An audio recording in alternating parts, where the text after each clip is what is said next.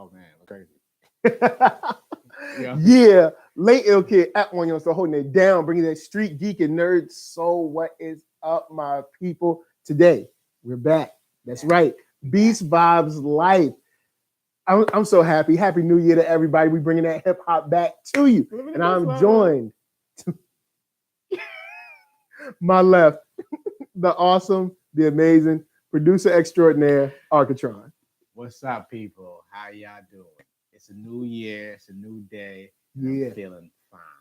All right, but to my right, who I got to my right? Yo, it's NERDSoul. You know how it is. Hip hop and geek. We put it together and have a great time on this channel. So this week, I brought an album. He brought an album. I reached out to him, and it took like 2 seconds for you to text me back. What was the album you texted me back? Lord Quas. Further Adventures of Lord Quas. That's Quasimoto. Right. That's right. And then he asked me, like, what you want? And I said, that Lost Boyz Legal Drug Money. So we got two albums that I think are very, very different. Yeah. Like super different. Oh, yeah. In tone. Definitely different worlds, different stratospheres. Yeah, very representative of kind of like what hip hop is and what it can be. So I'll let you go first. Why did you choose Further Adventures of Lord Quas? Because it's one of my favorite albums of all time because of the creativeness of it. It's an adventure. It literally is a further adventure of the first album, The Unseen. It's just another adventure, and even more put together than Unseen. Unseen just seems like it's a bunch of tracks. This seems like it's just like a roller coaster. You're here, you're there. Yes, there. roller coaster. Songs yes. are very short. Like maybe you get a verse and a half, if that. Then he's on to the next song. You got a skit in between there, like this kind of like Mad Lib invasion world that he created. Yeah. So I always liked it. I bought the record. I felt it needed to be on record. So how many records is on? How many records does it come with? Like two? It's two records. It's two records. Because they don't look mad thick. It's two LPs.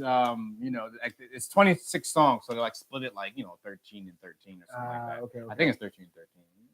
No, it's maybe 14 and 12. All right, cool. But it's a great album from top to bottom. For me, it's just something that it pushed some kind of boundary that I didn't know existed. Like, the boundary of you can just sample a million songs and put it into one album. Great. It's like a DJ Shadow thing. Because DJ Shadow did that with his first introduction. His first album was like mad samples were in it. Like a lot of samples. So, but like it was just like a lot. So like I think this album rivals it in terms of the amount of sample used on this album. Like there's definitely a grip of samples on there. Got y'all son on this side. So Blue Magic's over there now. Blue Magic done came over online. Big shout out to y'all son. See, he said he just found out about Quasimoto last year. Okay. I knew about Quasimoto it was one of the Beat Junkies mixtapes. And they had, was it Microphone Mathematics? I think it was Microphone Mathematics. Yeah. I think it was Microphone Mathematics on one of the Beat Junkies mixtapes. And I was like, somebody's like playing with their voice, but it's cool. Yeah. I was like, I like this because it's like they created a character. And of course, we know that Doom, we love Doom. And like Doom and Quas. But this is the first time my introduction to him. And I was like, I like somebody playing with their voice. They created a character. This is just cool. And I never knew about the Further Adventures of Lord Quas. I had just heard songs from it and didn't know where they were from. Gotcha. So when I actually sat and listened to this album, I was like, I know this one. I know this one. I know this one. But when you put them together, this album, I think Roller Coaster is a good example because I'm like, what? Why is this here? But then as much as the album frustrates me sometimes, then I'm like, it's kind of cool that it's like this. So I'm in a weird place where it's like, I'm like, wow, this album is strangely, uniquely cool. But then I'm like, yo, man, I like that beat. It's only 1 minute. Yeah, it's almost like he took the DJ approach in a way. Because like DJ, like certain songs, you play the hits, but then you also play songs you don't play for too long. Yeah, You jump to just the next song. yeah. You do a verse, it's a verse and a half. You jump to the next song. You're not like sitting there just playing something, the whole just song something to out. be like, y'all remember this? But yeah, and but then, yeah, it shows that Madlib is. He always says it himself. He's a DJ first. He's always been a DJ first, before a producer, before a rapper. Okay. Always was a DJ, and so he always had that DJ like mindset. So like even like a Prince Paul, like you hear Prince Paul albums. Yeah, they're like that roller coaster, kind of like yeah. you don't know what's in it. You know, it's all you don't know over. what's going to happen. Yeah, so it's that DJ approach, I think, is what he did. It's like because you start to get into one of the songs, and it's like we out. Yeah, my first time, and then the skits. Yeah, funny. My first time hearing Quasimoto was "Come On Feet." See, now this is back when before it was UGHH. It was Underground Hip Hop. Way back then when you used to go in there, you had like the real player, and you had to download the real player for it to play. Oh, and then you get little snippets. Old school, but no, you get like a little snippets, but it was like super like 32K byte quality. Yeah. Like it was like super like it was horrible, low resolution. But I used to get. I heard "Come On Feet." Oh, "Come On Feet." I'm like, okay, guys, his voice is a little interesting. Okay, and I remember seeing the video. They're like the little footprint or whatever. Yeah. "Come On Feet." Like I remember it, and I was like, "Yo, this video is like bug." And it's before like I understood like certain kind of cultures and stuff like the weed culture and the way people think and like that whole world of space exploration. You know, so it was very interesting to see it, and then I realized, oh, Quasimoto is Madlib. Okay, who's Madlib? See, I didn't know about Madlib until I was looking for Dilla beats, and I saw JD and Madlib or J-Lib, and I had the original before the release, like the original, which is just Madlib rapping over Dilla beats. So that was my first time hearing Quasimoto again. I'm like, oh, that's the same guy from the Come On Feet. Oh, and then I started putting it together. I'm like, oh, that's just Madlib. He just sped up his voice. That's interesting. Then I started reading up about him, and then by then already Doom came out, like Mad Villainy came out. Yeah. Then the Further Ventures came out, and I'm like, oh, okay. So like it made it more. So I was like, I gotta get this album, and I heard, I'm like, this is ridiculous. It's ridiculous. Yeah, it's very cool in how unbalanced it is, and I know I talked about Anderson .Paak's album being unbalanced, but it's strange when you throw in a concept and a character, how being unbalanced doesn't bother me as much. Like, because it's definitely unbalanced. And there's definitely parts of this album that frustrate me. Yeah. But it's kind of like I let it slide because it's Lord Quas. Yeah, it's a character. Yeah, it's a character. It's like something you would expect from Lord Quas or like Doom or something like that. Yeah. Or Cool Keith's moniker, any of those guys. Dr. Arckatron. Yeah, Dr. Arckatron. So it's like, it's weird because I was like, man, this thing is like uneven. It's a roller coaster. It's unbalanced. There's stuff that doesn't even make sense. It just comes out of the blue, but it's this character. So it's like for me, it allows me to kind of let it slide, if you will. It's more like just like you're dipping in and out of his world. Yeah, it's like he lives in this crazy world. No thread of like, oh, this is nothing linear. Yeah, it's just like it's like a bunch of songs and then like a bunch of dope songs, and you don't know when Quas is gonna come back in. This Madlib might be rapping more, and then Quas comes in for one verse. It's like on some like Ray and Ghost because Madlib is rapping on this album too. Yeah, so it's like a Madlib and Quasimoto connection. It's like he's himself, but he's rap. It's just interesting. I think seeing off how he plays off of his own rhyme. Yeah, I think Quasimoto is an alter ego of Madlib. Like how like Quasimoto's like because like you had Humpty Hump and you had can't think of his name now. Shock G. Yeah, Shock G. Yeah. Yeah, it's more like Quasimoto. I believe it's like his ego because it's an ego. The memory in it's off of the Champion sound, the boom, boom, strip club. The the part was like I take your number, and it's like Quasimoto says I take your number.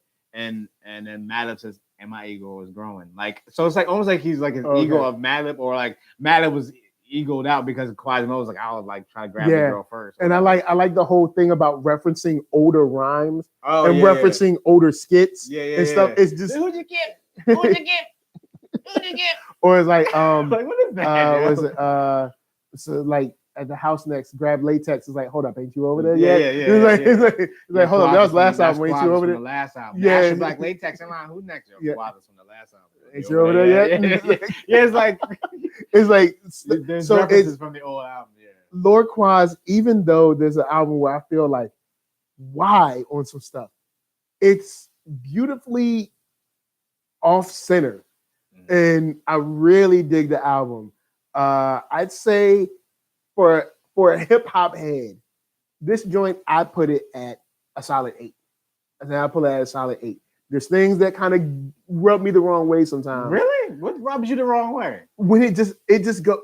Sometimes it just gets weird. You're thinking but, too deep about it, man.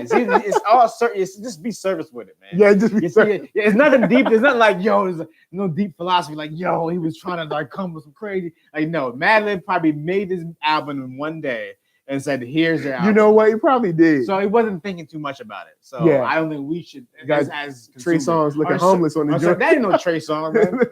That's some dude that. That's not Trey Songz. I know, but just make it funny. It's funny. But yeah, I say a solid 8. Everybody should check it out. It's dope. It's weirdly unique. Yeah. Yeah. How about you? What would you score it? Oh, I'm biased. So it's 110 out of 10. So sorry. It's easy. It's my favorite. It's one of my favorite albums of like all time. Now I will say this. I put it on and I just let it run all day. Oh, like loop like yeah, around. Just around. like, oh, just you like don't even know where it starts or where it ends. Well, no, I listened to it regularly one day, and then the next day I just let it play because there's so many weird little parts where it's like, even if there's a part where it's like I don't like this part, I know another part is coming in like 2 seconds. You know what I'm saying? So it really just it presents like this kind of part of hip hop that allows you to be outside of yourself instead of being like me. I'm the best rapper in the world. It's the doom approach. Like it's not doom. It's not doom speaking. It's doom speaking about doom. Like it's like weird. It's him speaking about the character. And then they also have all the skits too. So it's like it's about time for like a full straight up Doom Quas project. I don't think that's never gonna happen. But I'm saying I think it would be fun. But they're both not even in that space anymore. Yeah, you gotta think this true. album is what now 14 years old. That's right. 2005. I thought it was a little earlier. I thought it was like 02. No, okay, never mind. The 02 was this was 2005. Okay. They got produced by Madlib, Mad all caps. Well, not all caps, but like Mad Thick Bold. Yeah, 2005. Okay. And Mad Villainy came out the year before, 2004. So it's like he dropped like serious. Yeah, Madlib dropped heavy in the early aughts. Serious work. Yeah. Let me turn the TV off for that. So. Yeah, it's like he dropped heavy, serious in the early aughts. But my album. Which album? Which album did you bring? LOST, BOYZ, The Lost Boys is a hip hop group that I feel like hip hop kind of forgot. And not because they were bad, but just because, the kind of like the legal issues they went through, the Freaky Todd pass, while he was taken from us. And I just remembered how much fun this album felt like, at least back when I first got it. So I picked it up, wondering, am I going to feel the same way? And for the most part, yeah. This album feels like guys that like hanging out with each other, making music. It doesn't seem like it's forced. It doesn't seem like it was like a chore that we're like mailing it in. It seemed like guys that normally chill, probably smoke together and all that stuff. And it was like, yo, we can, we're talented. We got some music talent. Let's make an album. And this is the album, even though I will say this before we get started, because I'm sure there'll be some people that come in and be like, what about the end? This is an album that is front loaded. What about the end? Because the album I feel is front loaded. Like the first 5 or 6 tracks are like hot, and then that joint dips right into the ice cold for a second. But I think it comes back around to being warm. But the Yearn has always been one of my favorite. Bro, I forgot about okay, so my brother had this tape and he used to play it all the time. And I probably literally have not heard this since my brother used to play that tape. Wow. But I remember that The thing is, like, Chivas, the thing about me is throughout my day, like certain random lines from certain albums will come into my head, and sometimes a lot of lines were from this Lost Boyz album. Some days I'm like, oh, that's where I got it from. Like, I'll be forgetting where I get things from, and it's like it's imprinted in my brain from like 20 years ago. Wow. My brother used to play these albums, and I like totally. In my mind, this album came out in like '94, and I didn't know it came out in '96. Yeah, when I saw '96, I was like, wow, '96. I thought it came out earlier than this. I thought it was '94 because, like, I remember recording the Let's Troops and Beamers in the Benz video. Yeah. I remember recording that video like 1,000 times on this tape. The tapes are probably right behind us. Like, there's tapes in one of these things too behind them. Man. But MCA, this is how we do it every day. Me and Freaky Ty, Pretty Lou, my man, Speak Nice, man. It was cool. They were just like kind of having fun. Yeah, it was just cool how they were having fun. They still was like street had their edge to them, but they were just like free flowing, having fun. Yeah. And it was cool. They dropped Renee. Renee was another joint that was like big, especially like the video. Yeah. And I think these guys were positioned to be like kind of like that gap bridging kind of area where it's like they were rough enough. Yeah. But they also, I guess, lighthearted enough. But they enough. also had the 96, 97 song, Music Makes Me High, which is like, it's like you can hit, because you heard it with Tribe, because Tribe beats around the life.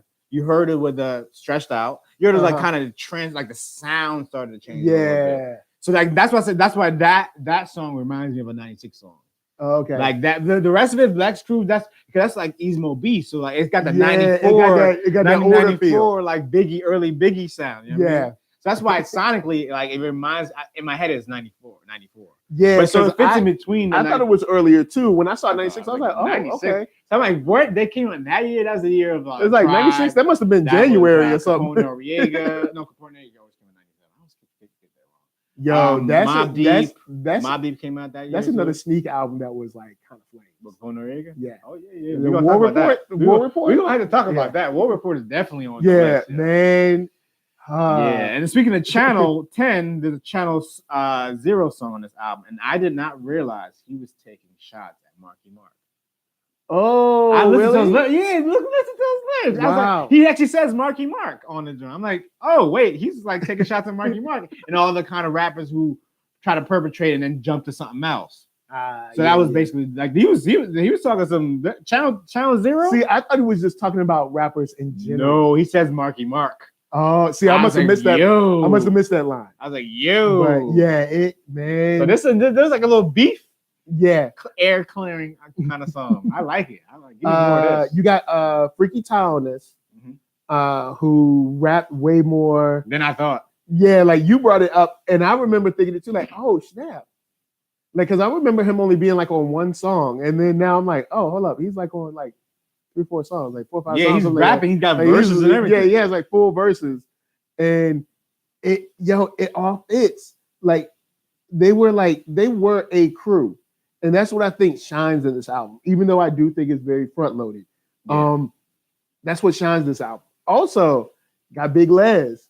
Oh yeah, Rap City, WRAP, Rap Radio. You know what I'm saying? It's like all those classic things. So it was dope to have Big Les on here. And it was kind of a way to kind of like throw exposition sort of in the album. Like he kind of like told them about the crew, like they were being interviewed. It was kind of cool. I also like the intro where he was like sometimes I'll be bugging, sometimes I'll be high. Like So this is an album that I think is, I wouldn't say it's like you got to run out and grab it now, but I think it's a great representation of kind of like that 96 era, like 95, 96, 97, that era where New York still had it on lock.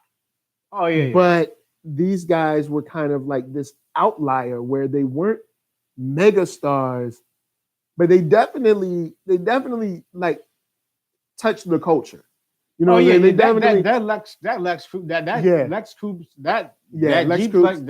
song is very, very big. I remember everybody, and even if you say it now, anyone probably born in the 80s is going to remember it. Oh yeah. 90s, maybe not, because they might be too young. Yeah, but anyone in the 80s is gonna remember, like, oh, it's the Jeeps. Yeah, it's the Lex Coupes, the Beamers, and the Benz. It's like people gonna remember that. And I even remember the Yearn. And I was like, did they have a video for that? I can't remember if they did. And P-Rock did the beat, which I didn't know. I was like, P-Rock? And I love that beat. I love that beat. New beat, who this? That's you on the beat. New beat. I love that beat. That was like a perfect way to start the album because it was a way to be like, hey, we're just some guys having fun. Yeah. It was very. It's like we trying to party, we trying to get high, and you know, it was a very, have interactions. It was very interactions. It was a very I would say fun album. Like, yeah, it just took me way back to like 21 years ago. Like it just it's like a flashback. Like, oh yeah, I remember all these songs. Like every single one. I'm like, wow, and I'm like reciting the lines over and over. I'm like, yeah, I remember all this stuff. Like it just like took me back. It just was a good. It's good to listen to it again after all these years. Like, oh man. Now, and I don't want guys because I do love Lost Boys. That's why I picked. He's hating on Lost Boys, everybody. He's hating on them. I do love the Lost Boys. Here's my score. What's your score? I'll say what's your score. My score. This is my score. Before I say that, IG, we about to be head out. My phone's dying, so we just. But we'll come back for the post. We'll be back. Everybody post on IG. Follow Arckatron. We gotta hit the end, and I hit the end now. In the end, yeah. So on IG, of course, Arckatron, ARCKATRON.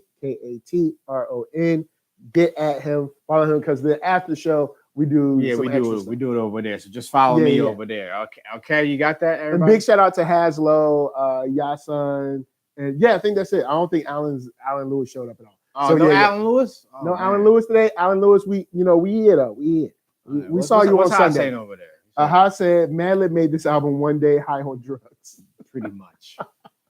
That's usually how a lot of albums and songs are done. It's like one day. One take. I think me and Haas were just talking about Rough Draft. Like he just did that in like a day. Like, oh, let's do Rough Draft. And then he just had it bumping in his car, tape stuff, just put on tape. He's like, all right, let's do this. Kept it riding around. Because that's what I think I might have to do with the joint that we working on. Okay. I'm like, between schedules and stuff, I'm like, you know what? I'm gonna have to just be like, look, I'm coming over here for a full 24 hours. Knock it out. And let's do this. But anyway, forget all that. We going back to Lost Boys. LOSTBOYZ. 7.5. 7.5 on the Richter. 7.5. Solid, not classic, but something that I think you'll dig. It's front loaded. There's a lot of tracks in there that I'm not feeling, but they're after kind of like, how, because see, this was also made in the era where tape still existed. And you can tell this is a tape type of album. Side A is hot. And then side B is kind of like, there's a lot of B-side stuff. B-side, exactly. Yeah, it's a lot of B-side stuff. So this because 96 tapes still were around. Oh yeah, 96. My brother had it on tape. So actually, I might still have that tape. Tapes weren't dead until like let's say 98, 99, something like that. 98, 99, yeah. So tapes still were out there, and you can tell this is definitely a tape type of album. I forgot about like things about like that, the marketing about tapes, because you would get like, oh man, first very slow, and like some of these joints probably should have been cut. Yeah, So is that I Be Holding On songs on the second side? Yeah, I think so. Yeah, Keep It Real. I think. Yeah. Like everything. I think first side would probably be like 1 through 5 or 6 or something like that. But definitely a cool album. Miss those guys. Well, but the thing is, very good part. They had a couple albums after it. Yeah, they had the one that I remember most is the very next follow up. But then Freaky Top Pass, I think, right before it came out, and that's what kind of it was a mistaken identity. Yeah, that's crazy part. Like, but yeah, Love, Peace, and Happiness. That's another Freaky Top. See, I can't even say that because Split Star was out before Freaky Top. Technically, not even so technically because it's both in '96. Oh yeah. So like, I would say Spliff and Freaky Top were kind of similar into their league. True. They were kind of like the hype man that also had rhymes. Yeah. Because it wasn't a Fife tip situation. It was more of a Bus Spliff tip situation. Yeah. It was definitely where like he was higher than Flav, because Flav like had no rhyme. Yeah, except he rhymed what running time. for your life, running from your wife, or something like that. Should have stuck at home. Nah, it wasn't a Flav Trap beat situation. It was more of a on the hype man side, yes. Yes, but he also had some rhymes. Not on the rhyme like side. Freaky Tide definitely had some rhymes. Yeah, he had his own song. Like, what did Pretty Lou do though? Speak Nice was a DJ. What did Pretty Lou do? I don't know what Pretty Lou did, man. He was pretty. Yeah, he was just pretty. You don't know, because I don't think he. There's always that dude every crew, no matter whether it's R&B, hip hop, whatever. Then, there's a lot of. There's always that one dude that's just like, yo, I'm Cheeks' cousin. Yeah, like I'm his little brother or something. Like, what do you do? Maybe Pretty Lou was a fashion model or something. Yeah, maybe he was a fashion model.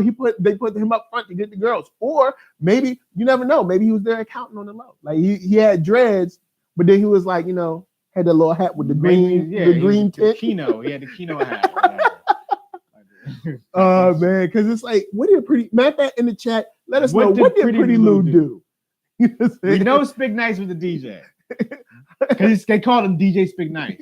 And then it said Pretty Lou at the end. What did Pretty Lou do? And my question is, did they split that money with the Pretty Wild Lou? Did they split that money 4 ways?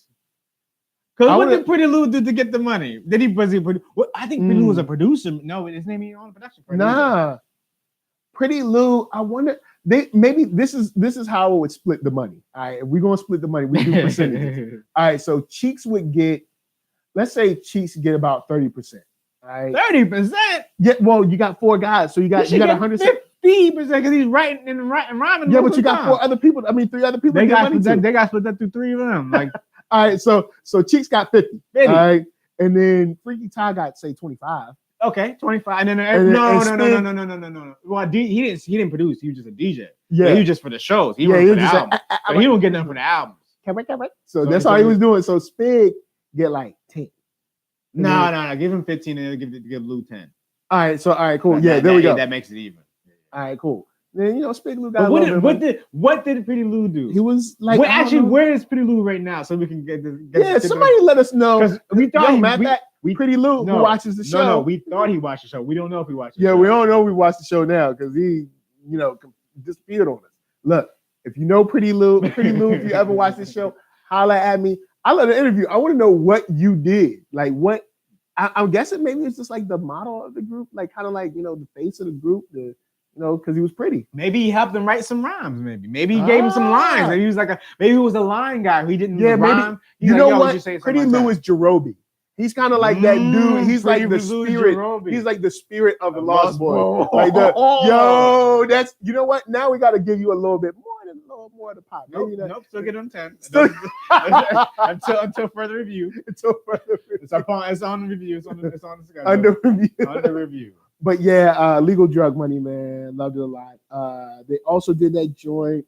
I don't know if Freaky Tell was Pat. Was this at? I'm trying to remember when the joint that they did with Redman and A Plus and Cannabis, Beast from the East. Beast from the East. Was that taking it there, man? Was that he's taking it there? Beast from the East. Ain't nobody talking about that song. Was that during Love, Peace, and Happiness? I'm trying to remember. I can't. But they do have the song called Beast from the East. It's pretty dope.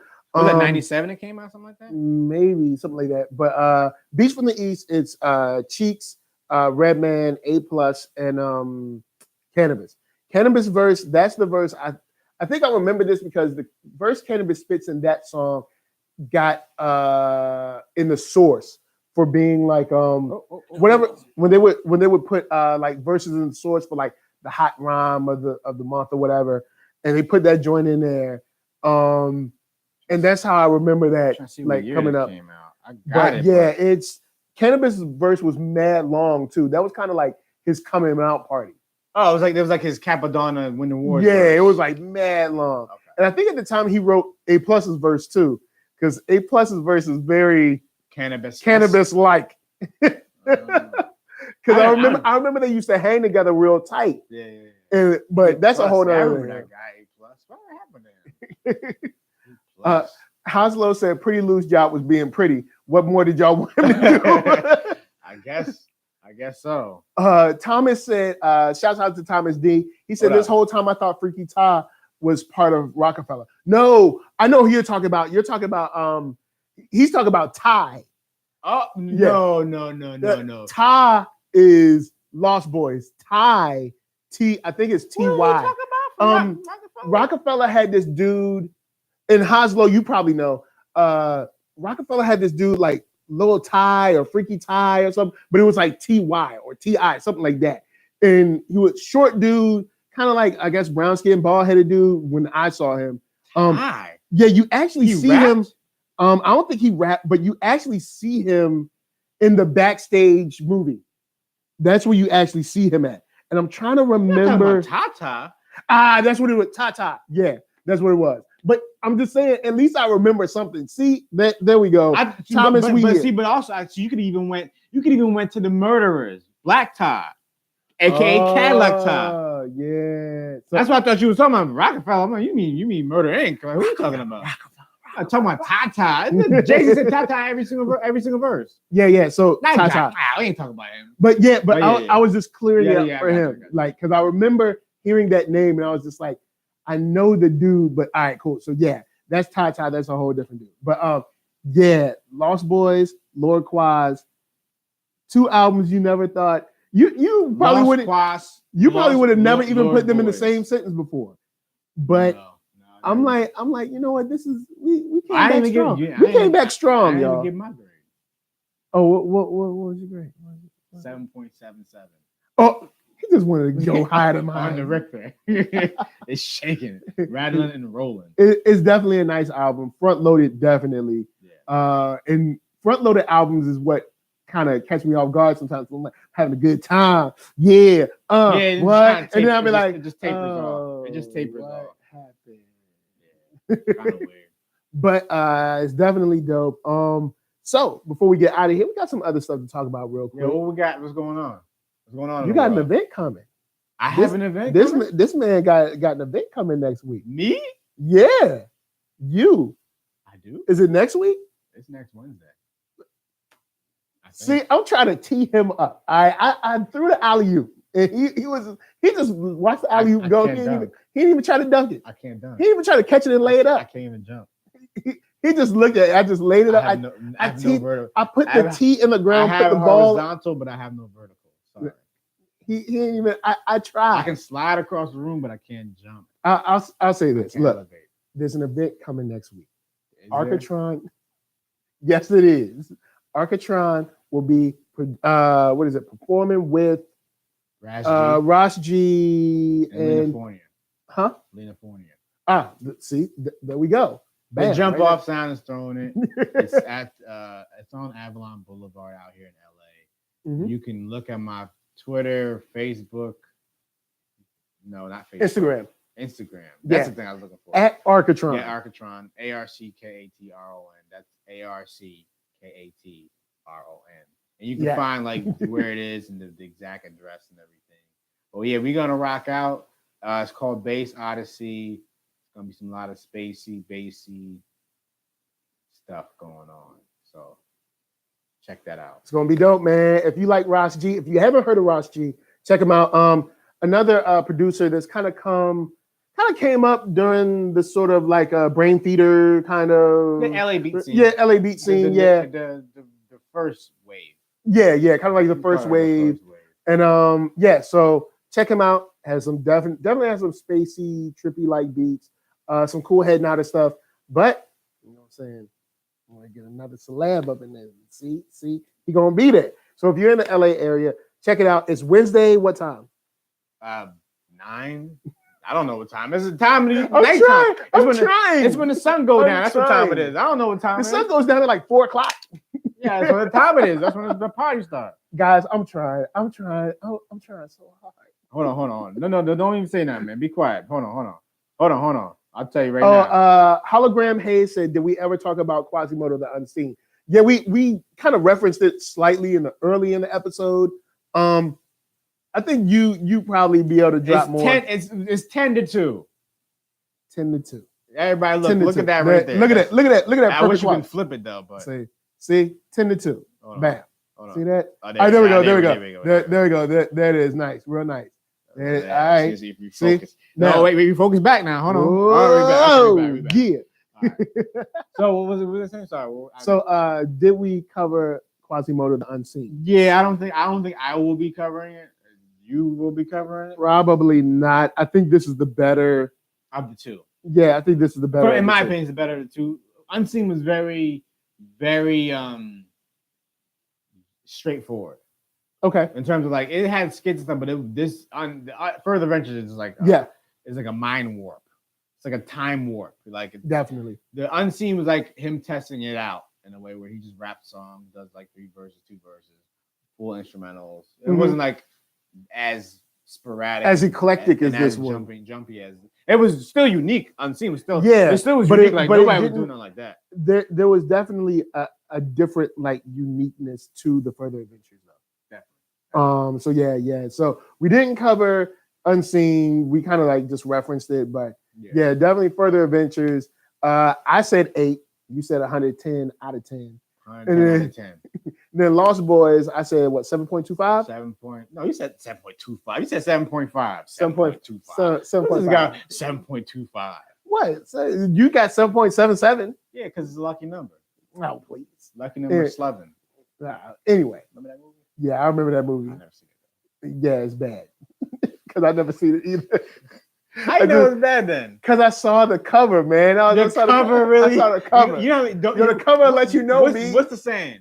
Don't judge a book by its cover. But this ain't a book, this is a movie. Don't judge a movie by its cover either. Nope. I'm modifying it. I'm unmodifying it. No. You can't modify the unmodified. Yes, you can. You can unmodify the modified. Be like, whoop. Nope, right back to books. Nope. Back to movies. Control Alt Delete it. Movies. Oh man. So real quick, big shout out to Thomas D, Haslow, Hologram Hayes, Yasun, Alan Lewis. If you did come through, I can't remember. And make sure if you're in the LA area next Wednesday, 10 to 2, Avalon Boulevard. Hold on. Let me get to the exact address. 12823 Avalon Boulevard. That is 12823 Avalon Boulevard. Ooh. Be there or be square or rectangle or trapezoid. Whatever. Hologram Hayes said, what was your hip hop album of 2018? Mine was Westside Gunn, Supreme Blientel. Fonte's No News is Good News was a close second. He doesn't like anything Little Brother. He doesn't like anything Little Brother. I don't none of the spawns of Little Brother. No one even no group even offer like Fonte is a yo. You gotta give him. Brother. I don't care. You gotta give him his props. Fonte is a lyricist. He's got lyrics. He's proven himself as a rapper. Be for real. Let's be for real. Say it. Say it. He's like, I can't say it. All right. So no, it's Big Pooh. I understand, but Fonte has proven himself. I ain't gonna be rooting for no man named no Big Pooh. I'm sorry. All right. Sorry. Rapper Big Pooh. Like, yeah, like if you didn't know you were a rapper, what else were you gonna be? Name Big Pooh. All right. For me, I'll say this. No News is Good News is definitely a grown man album. I said that in our best of 2018. Wait, No News is Good News, but that's the one that came out last year. Whose album is that? Fonte. Oh, that's why I don't know about it. Okay. Yeah. I was like, who album is that? Best of 2018, because we didn't do a best album. We just did the best like parts of 2018 in hip hop. Best album from me.